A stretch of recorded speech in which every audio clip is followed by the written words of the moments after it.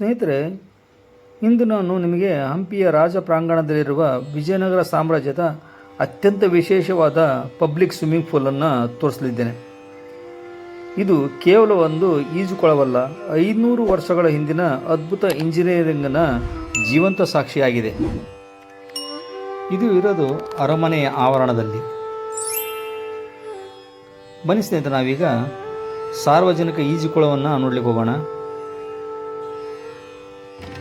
ಈಗ ನೋಡ್ತಾ ಇದ್ರಲ್ಲಿ ಇವು ಪುರಾತನ ಕಲ್ಲಿನ ಕಾಲುವೆಗಳು. ದೂರದಿಂದ ನೋಡಿದ್ರೆ ಇಲ್ಲಿ ಸ್ವಿಮ್ಮಿಂಗ್ ಪೂಲ್ ಇರೋದೇ ಯಾರಿಗೆ ಗೊತ್ತಾಗೋದಿಲ್ಲ. ಹತ್ತಿರ ಬಂದು ನೋಡಿದರೆ ಮಾತ್ರ ಇದು ಗೊತ್ತಾಗುತ್ತೆ. ಸುತ್ತಲೂ ಕೋಟೆ, ಆ ಕೋಟೆ ಮೇಲ್ಭಾಗದಲ್ಲೇ ನೀವು ಇಲ್ಲಿ ನೋಡಿದರೆ ಇದೇ ಆ ಸ್ವಿಮ್ಮಿಂಗ್ ಪೂಲ್. 600 ವರ್ಷಗಳ ಹಿಂದೆ ನಿರ್ಮಿಸಲಾದ ಈ ಪಬ್ಲಿಕ್ ಸ್ವಿಮ್ಮಿಂಗ್ ಪೂಲ್ ನೋಡಿದ್ರೆ ಆಶ್ಚರ್ಯ ಪಡ್ತೀರಿ. ವಿದ್ಯುತ್ ಇಲ್ಲ, ಮೋಟ್ರ ಇಲ್ಲ, ಆದರೂ ನೀರು ಹೇಗೆ ಬರ್ತಿತ್ತು ಬನ್ನಿ ನೋಡೋಣ. ಇದೇ ಕಲ್ಲಿನ ಕಾಲುವೆ ಮುಖಾಂತರ ನೀರು ಕೊಳಕ್ಕೆ ಬರ್ತಾ ಇತ್ತು. ಈ ಕಲ್ಲಿನ ಕಾಲುವೆಗೆ ನೀರು ಎಲ್ಲಿಂದ ಬರ್ತಾ ಇತ್ತು ಗೊತ್ತಾ? ಕಾಮಲಾಪುರದ ಕೆರೆಯಿಂದ ಕಲ್ಲಿನ ಕಾಲುವೆ ಮೂಲಕ ನೀರನ್ನು ಈ ಸ್ವಿಮ್ಮಿಂಗ್ ಪೂಲ್ಗೆ ತರಲಾಗ್ತಾ ಇತ್ತು. ಮೇಲು ಕಾಲುವೆಯಲ್ಲಿ ಹರಿದು ಬಂದ ನೀರು ನೇರವಾಗಿ ಕೊಳವನ್ನು ತುಂಬ್ತಾ ಇತ್ತು. ಇದೇ ಕಾಮಲಾಪುರ ಕೆರೆ. ಇಲ್ಲಿಂದ ನೀರು ಕೆಳಗಿನ ತೂಬಿಗೆ ಬರ್ತಾ ಇತ್ತು. ಈ ತೂಬಿನಿಂದ ನೀರು ಕಲ್ಲಿನ ಕಾಲುವೆ ಮೂಲಕ ಈ ಈಜುಕೊಳಕ್ಕೆ ಸರಬರಾಜಾಗ್ತಾ ಇತ್ತು. ಆ ಕಾಲದ ಇಂಜಿನಿಯರಿಂಗ್ ವ್ಯವಸ್ಥೆ ಎಷ್ಟು ಅದ್ಭುತವಾಗಿದೆ ಅಂತ ನೀವು ಗಮನಿಸಬಹುದು.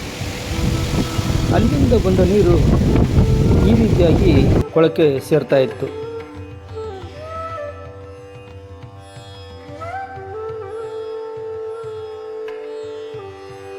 ನಮಸ್ಕಾರ ಸ್ನೇಹಿತರೆ, ಹಂಪಿ ಟ್ರಾವೆಲ್ ಟೈಮ್ಗೆ ಸ್ವಾಗತ. ನಾನು ಪ್ರಕಾಶ್. ಸ್ನೇಹಿತರೆ, ನನ್ನ ಈ ವಿಡಿಯೋ ನೋಡೋಕ್ಕಿಂತ ಮುಂಚೆ ನನ್ನ ಹಂಪಿ ಟ್ರಾವೆಲ್ ಟೈಮ್ ಚಾನಲನ್ನು ಸಬ್ಸ್ಕ್ರೈಬ್ ಮಾಡಿ, ಲೈಕ್ ಮಾಡಿ, ಶೇರ್ ಮಾಡಿ.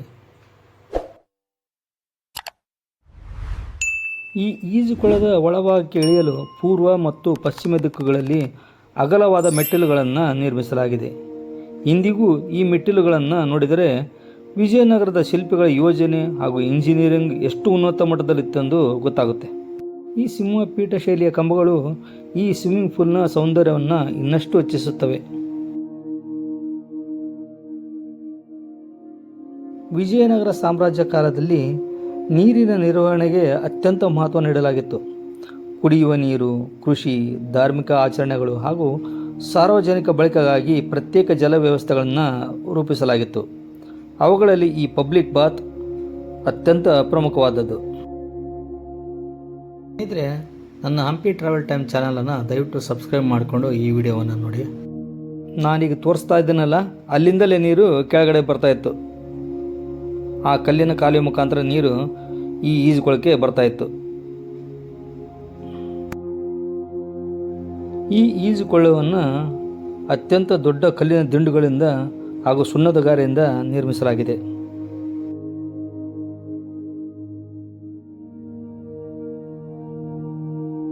ಈ ಸ್ವಿಮ್ಮಿಂಗ್ ಪೂಲ್ ಸುಮಾರು 67 ಮೀಟರ್ ಉದ್ದ ಹಾಗೂ 22 ಮೀಟರ್ ಅಗಲ ಹೊಂದಿದೆ.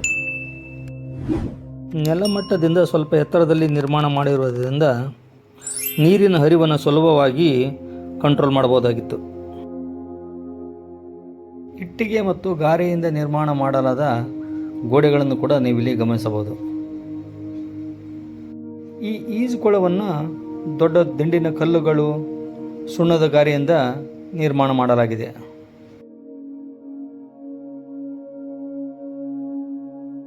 ಇದು ಕೇವಲ ಸ್ನಾನದ ಕೊಳವಲ್ಲ, ವಿಜಯನಗರದ ಕಲಾತ್ಮಕ ವಾಸ್ತುಶಿಲ್ಪಕ್ಕೂ ಅತ್ಯುತ್ತಮ ಉದಾಹರಣೆಯಾಗಿದೆ.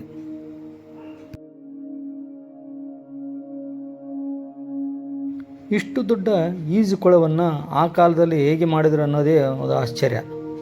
22 ಮೀಟರ್ ಅಗಲ ಹಾಗೂ 67 ಮೀಟರ್ ಉದ್ದದ ಈ ಈಜುಕೊಳ ತುಂಬ ಅದ್ಭುತವಾಗಿದೆ.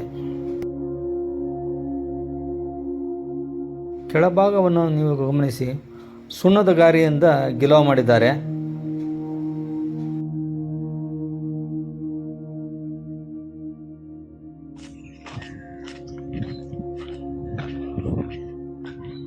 ಸ್ನೇಹಿತರೆ, ನೀವು ಗಮನಿಸಬಹುದು ಎಷ್ಟೊಂದು ಅದ್ಭುತವಾದ ಸ್ನಾನದ ಕೊಳ ನೋಡಿ, ಎಷ್ಟೊಂದು ಅದ್ಭುತವಾಗಿದೆ ಇದು. ನೀರನ್ನು ತುಂಬುವ ವ್ಯವಸ್ಥೆ ಮಾತ್ರವಲ್ಲ, ಬೃಹದಾಕಾರದ ಸ್ನಾನದ ನೀರನ್ನು ಕೊಳ ಇದು. ಹೊರಹಾಕುವ ವ್ಯವಸ್ಥೆಯೂ ಅತ್ಯಂತ ವೈಜ್ಞಾನಿಕವಾಗಿ ಮಾಡಲಾಗಿತ್ತು.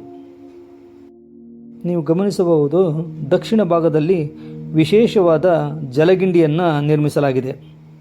ಅಗತ್ಯವಿದ್ದಾಗ ನೀರನ್ನು ಹೊರಹಾಕಿ ಪಬ್ಲಿಕ್ ಬಾತನ್ನು ಸ್ವಚ್ಛಗೊಳಿಸಲು ಈ ವ್ಯವಸ್ಥೆಯನ್ನು ಬಳಸಲಾಗ್ತಾ ಇತ್ತು. ಇಂತಹ ಅತ್ಯಾಧುನಿಕ ಡ್ರೈನೇಜ್ ಸಿಸ್ಟಮನ್ನು 600 ವರ್ಷಗಳ ಹಿಂದೆಯೇ ನಿರ್ಮಿಸಿರುವುದು ನಿಜಕ್ಕೂ ಆಶ್ಚರ್ಯಕರವಾಗಿದೆ. ಆಗಲೇ ತೋರಿಸಿದ್ನಲ್ಲ, ಅದೇ ಈ ಈಜುಕೊಳದ ನೀರು, ಹೊರಗೆ ಬಂದಂಥ ನೀರು ಈ ಒಂದು ಬಾವಿಯಲ್ಲಿ ಸಂಗ್ರಹ ಆಗಿ ಇದನ್ನ ಕೃಷಿ ಚಟುವಟಿಕೆಗೆ ಉಪಯೋಗಿಸ್ಕೊಳ್ತಾ ಇದ್ರು ಆಗಿನ ಕಾಲದ ರಾಜರು.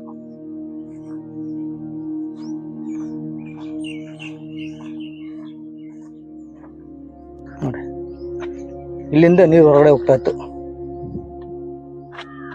ಹೊರಗಡೆ ಹೋಗ್ತಕ್ಕಂಥ ಟ್ಯೂಬ್ ಇದು.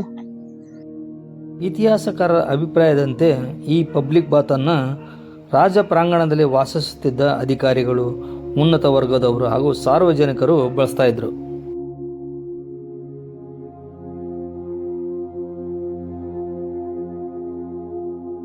ಸ್ನೇಹಿತರೆ, ನಾನೀಗ ತೋರಿಸ್ತಾ ಇದ್ದೀನಲ್ಲ, ಅದು ಕಪ್ಪು ಕಲ್ಲಿನ ಪುಷ್ಕರಣಿ. ಅದರ ಪಕ್ಕದಲ್ಲಿಯೇ ಈ ಅದ್ಭುತವಾದ ಈಜುಕೊಳ ಇದೆ.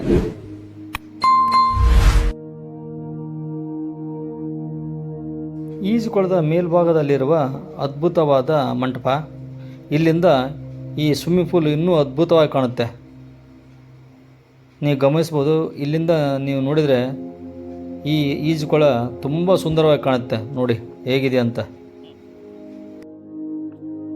ಇಂದು ಈ ಸಾರ್ವಜನಿಕ ಈಜುಕೊಳ ಕೇವಲ ಒಂದು ಪುರಾತನ ಕಟ್ಟಡವಲ್ಲ, ಇದು ವಿಜಯನಗರ ಸಾಮ್ರಾಜ್ಯದ ಜಲವಿಜ್ಞಾನ, ನಗರ ಯೋಜನೆ ಹಾಗೂ ವಾಸ್ತುಶಿಲ್ಪದ ಅದ್ಭುತ ಮಾದರಿಯಾಗಿದೆ.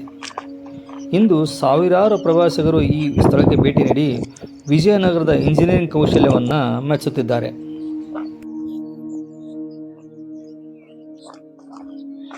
ಈ ಸ್ವಿಮ್ಮಿಂಗ್ ಪೂಲ್ ಸುಮಾರು 8 ರಿಂದ 10 ಅಡಿ ಆಳ ಇದೆ.